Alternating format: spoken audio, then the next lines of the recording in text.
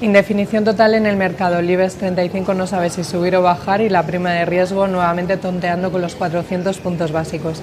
En este escenario vamos a buscar oportunidades de inversión con José María Luna, director de análisis de Profineafi. Bienvenido, José María, ¿qué tal? Muchas gracias. Bueno, como tenemos esa indefinición en el mercado, esas subidas y bajadas, tantas dudas, tanta volatilidad, no sé si podemos confiar en ciertos valores que nos ofrezcan seguridad de que lo van a hacer bien de aquí a final de año, independientemente de cómo lo vayan a hacer sus índices de referencia. ¿Ve alguna oportunidad así? La verdad es que nosotros no somos una casa de selección de valores en concreto, sino más bien una selección de gestores, productos de autor, que sean los propios gestores los que seleccionen compañías o sectores, y en ese sentido, bueno, pues ahí es donde es nuestro fuerte, ¿no?, la capacidad de análisis.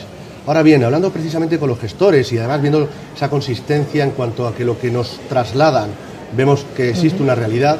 Hay dos temas importantes, tanto para gestores norteamericanos como para gestores europeos, incluyendo los españoles. Fundamentalmente ellos lo que apuestan son por valores que, por un lado, puedan seguir aprovechando la demanda que procede de los mercados emergentes, fundamentalmente de los mercados asiáticos, también de Latinoamérica, y en segundo lugar, grandes compañías que sobre todo sean empresas muy sólidas y con una rentabilidad por dividendo atractiva y además constante, es decir, que no sea algo extraordinario, sino que se pueda mantener en el tiempo.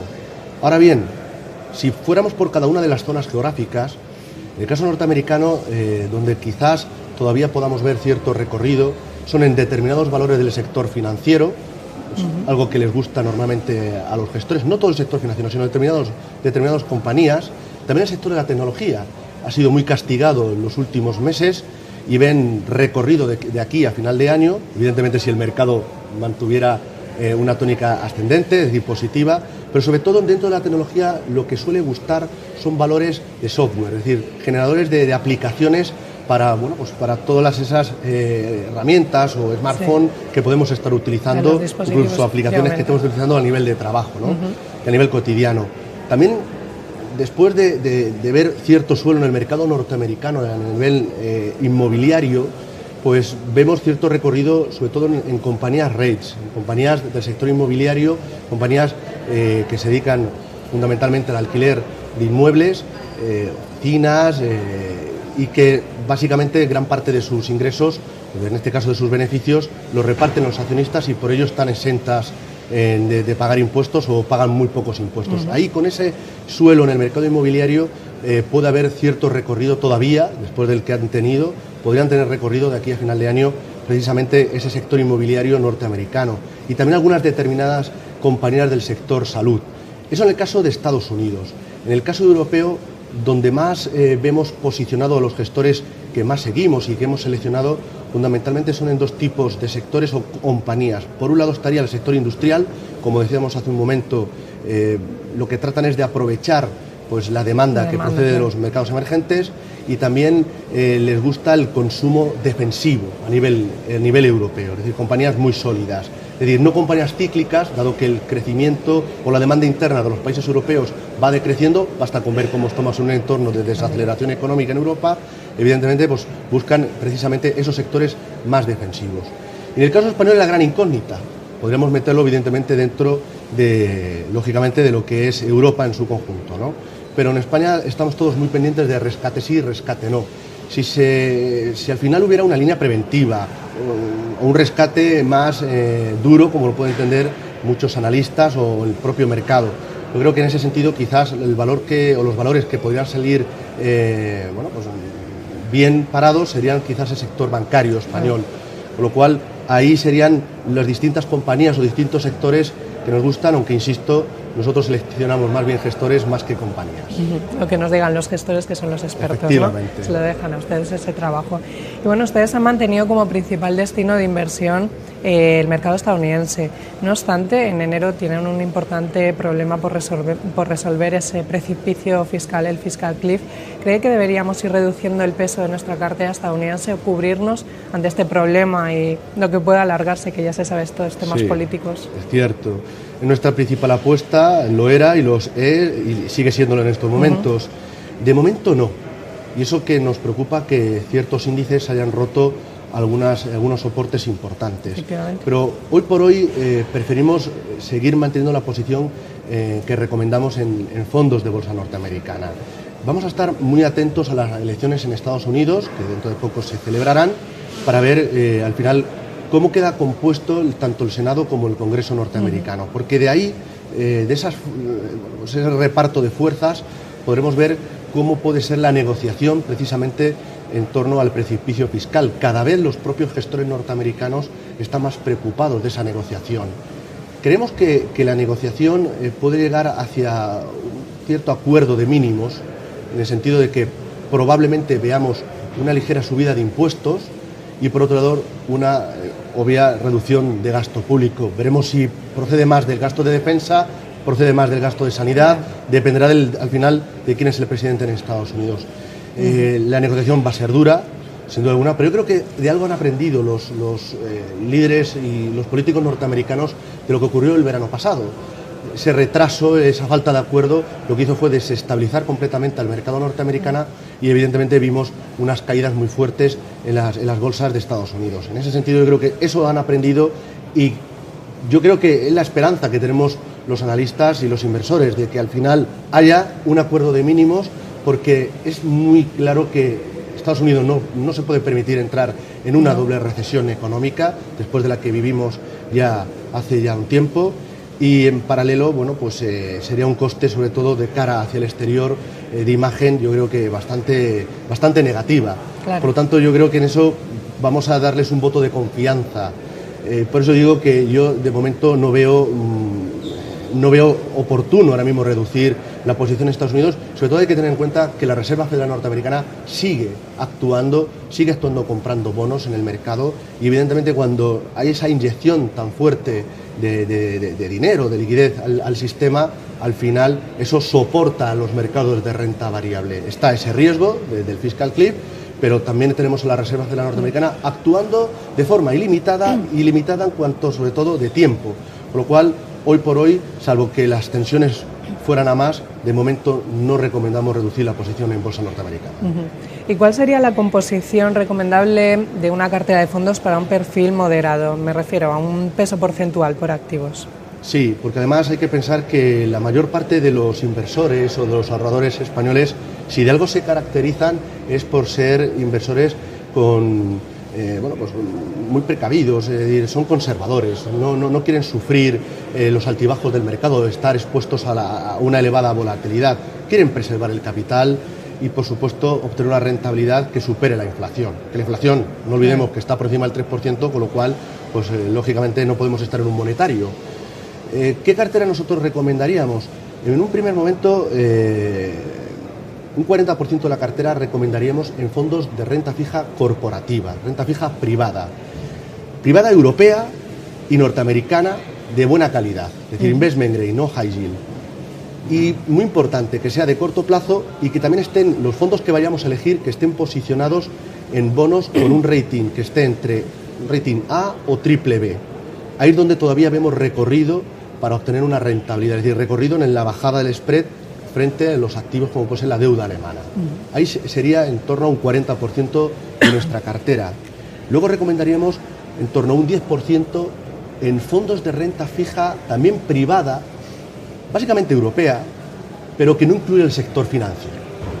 Y esto también es importante, porque si al final estamos en un entorno de volatilidad, y ese entorno de volatilidad procede precisamente de las dudas en torno a los estados, si son capaces o no capaces de cumplir los objetivos de déficit fiscal, cada vez más endeudados, lógicamente eso lo que hace es incrementar la volatilidad sobre todos los mercados de bolsa, también sobre los mercados de renta fija corporativa. Por eso sería conveniente acompañar a los fondos de deuda privada algo que, invirtiendo en deuda corporativa, no incluya lo que es pues el sector bancario, la deuda emitida por bancos, ¿no? Eso sería muy importante y es un matiz que para nosotros es relevante a la hora de construir carteras para ese perfil moderado. ¿Y qué grado de inversión tendría esta renta fija? Ahí estaríamos hablando fundamentalmente triple Bs. Sería bono de Telefónica, por ejemplo, para que todo el mundo nos entienda. Sería lo adecuado en este caso o lo asimilable en el caso español. Acompañando a la deuda corporativa, recomendaríamos fondos de retorno absoluto, aproximadamente en torno a un 20-25% de la cartera. Aquí es muy importante seleccionar bien, y para ello lo que un inversor, como hacemos nosotros los analistas, nos fijamos es cómo se está comportando ese producto de retorno absoluto, que su vocación es tratar de obtener resultados positivos, pase lo que pase con los mercados, tanto de renta variable como de renta fija, y algo muy importante, que sean capaces de controlar el riesgo, controlar la volatilidad. En ese sentido, bueno, pues fijémonos cómo lo han hecho en entornos bajistas, han sido capaces de no perder, o perder muy poco, o incluso haber ganado. De hecho, en el último mes hay productos de retorno absoluto que han obtenido rentabilidades positivas, con lo cual eso es importante y eso es una labor de análisis y es el trabajo que hacemos los analistas, lógicamente, con lo cual pues sería una parte a la hora de construir esa cartera, ese portfolio. Acompañando la deuda corporativa a los fondos de retorno absoluto, nos gustaría también que estuviera un 10-15% de la cartera invertido en mixtos defensivos, fondos de renta fija mixta defensiva, y aquí también con una peculiaridad, que sean productos que hagan una gestión activa. Y cuando hablo de gestión activa y flexible, me refiero que la parte de renta variable, que puede estar como máximo en torno a un 20-25%, sean productos que sean capaces de, en un momento determinado de tensión, reducirla al 0%, no tener exposición a bolsa. En cambio, cuando pues hay una sensación, el entorno es más favorable para los mercados de bolsa, sea capaz de tener más posiciones de renta variable, que sea el gestor el que realmente haga una gestión activa. No hay muchos, pero hay productos que realmente hacen ese tipo de gestión activa la parte de bolsa. Y lo mismo ocurre con la parte de renta fija, que sean productos que combinen deuda privada con deuda pública.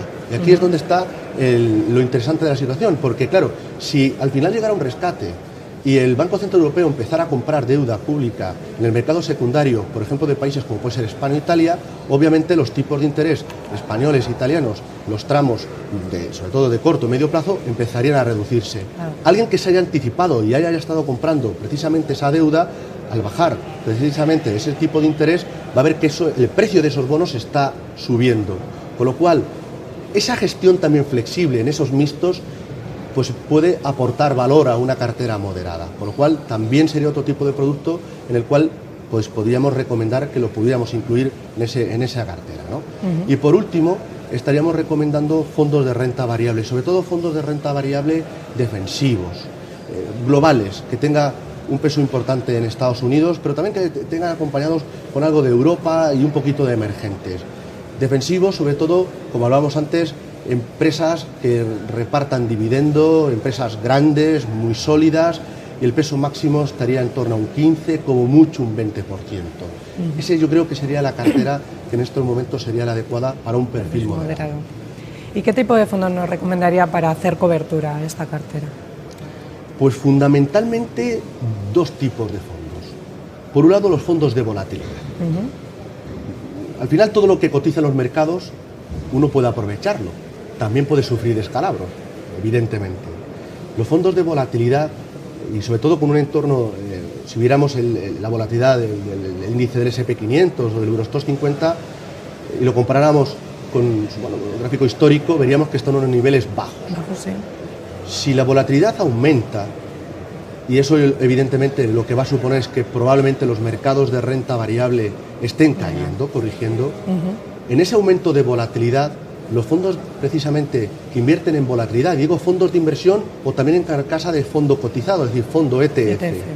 Esos productos están comprados de volatilidad a través de opciones.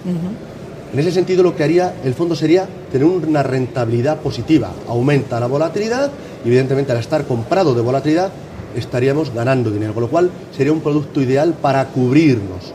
Con lo cual, primer producto que recomendaríamos como cobertura, fondos de volatilidad. Y en segundo lugar, como decíamos hace un momento, productos de retorno absoluto. En el mercado ahora mismo hay varios productos, por ejemplo, dentro de los fondos de retorno absoluto que invierten en renta variable. Básicamente los productos de retorno absoluto son productos multiestrategia que hacen operaciones en renta fija, en divisas, en acciones, bonos convertibles. En renta variable hay menos.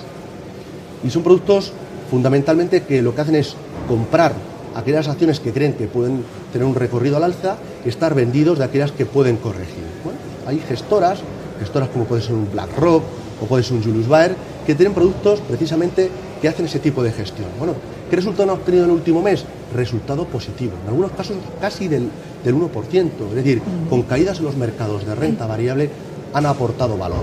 Bueno, pues ahí tendríamos una categoría dentro de los productos de retorno absoluto que nos servirían como cobertura. Obviamente son productos muy de autor, no tan direccionales como en el caso de los fondos de volatilidad, que esto es muy simple, sube la volatilidad, gano, si baja la volatilidad, estoy perdiendo. Y si no hay entorno de volatilidad, también pierdo porque los fondos tienen comisiones de gestión y tendrá resultado negativo. Aquí es un producto más de autor, es de la pericia del gestor de haber acertado, ¿no? Bueno, pues si elegimos bien, podemos tener productos que nos estén cubriendo ahora mismo en ese sentido. Y luego también dentro de los fondos de retorno absoluto, aquellos productos, por ejemplo, que tengan inversiones en deuda de largo plazo. Evidentemente, si la renta variable sufriera, probablemente lo que veríamos sería una entrada de dinero en deuda, en renta fija, y evidentemente lo que haría que serían los tipos de interés de medio y largo plazo caer y el precio de esos bonos se subiría, con lo cual nos serviría como cobertura. Ahí tenemos una serie de ejemplos para poder cubrir nuestras carteras. ¿Y alguna otra recomendación de inversión? Bueno, pues después de haber hablado tanto de los retornos absolutos, de renta fija corporativa y demás, yo creo que una recomendación podrían ser los mixtos flexibles de renta variable.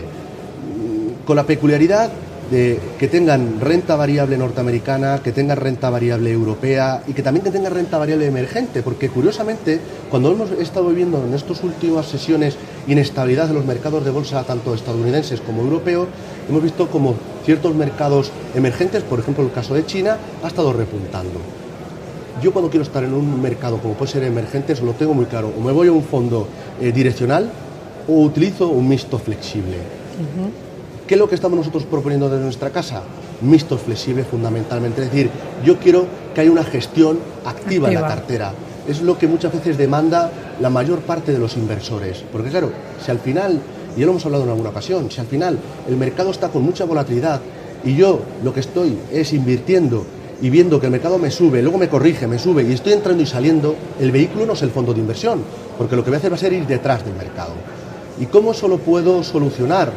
En parte lo voy a solucionar a través de esos mixtos que de verdad hagan gestión activa, que cada semana estén rotando, que cada día estén ellos mismos tomando coberturas o eliminando las coberturas para que el fondo pueda subir. Hay verdaderos productos que son joyas, obras de arte realmente, y en ese sentido esa también es una labor nuestra, detectar esas obras de arte en la gestión.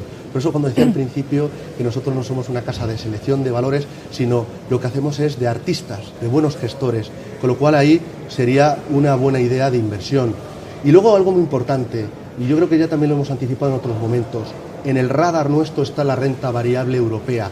Ya llevamos tiempo recomendando la renta variable alemana, sobre todo para inversores más agresivos, y ha funcionado muy bien a lo largo del año. Pero en cambio, la renta variable europea en su conjunto no la teníamos o muy infraponderada o no estábamos realmente. La tenemos muy en el radar, porque probablemente si el Eurostoxx 50 consiguiera romper los máximos anuales que se lograron en marzo, probablemente estemos recomendando renta variable europea. Lo cual, si el mercado se anima, ahí tienen una idea y que tengamos que seguir muy de cerca. Y ahí digo, nosotros lo tenemos en el radar, que puede ser una idea, pues bueno, pues a futuro.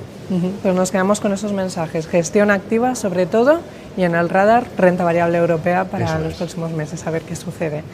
José María Luna, director de análisis de Profineafi, muchísimas gracias y hasta la próxima. Ha sido un placer, gracias a ustedes. Y ustedes recuerden que pueden seguir informados de la actualidad económica en nuestra página web estrategiasdeinversión.com.